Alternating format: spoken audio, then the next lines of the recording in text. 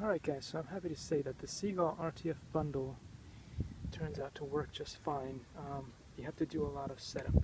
So out of the box, with its original controller, it was not my favorite. It was too jumpy, so I brought it to the hobby shop. They helped me set it up with this remote here, and then I'm using these goggles here that come with the iron quad, so beta FPV, as well as changed out the propellers. As you can see here, it runs really well on both 3S and 4S, although with 4S you gotta be lighter on the sticks because it really goes crazy.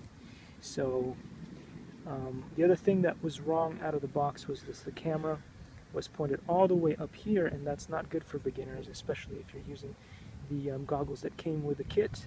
And so yeah, now it's good. Thanks for watching. Likey.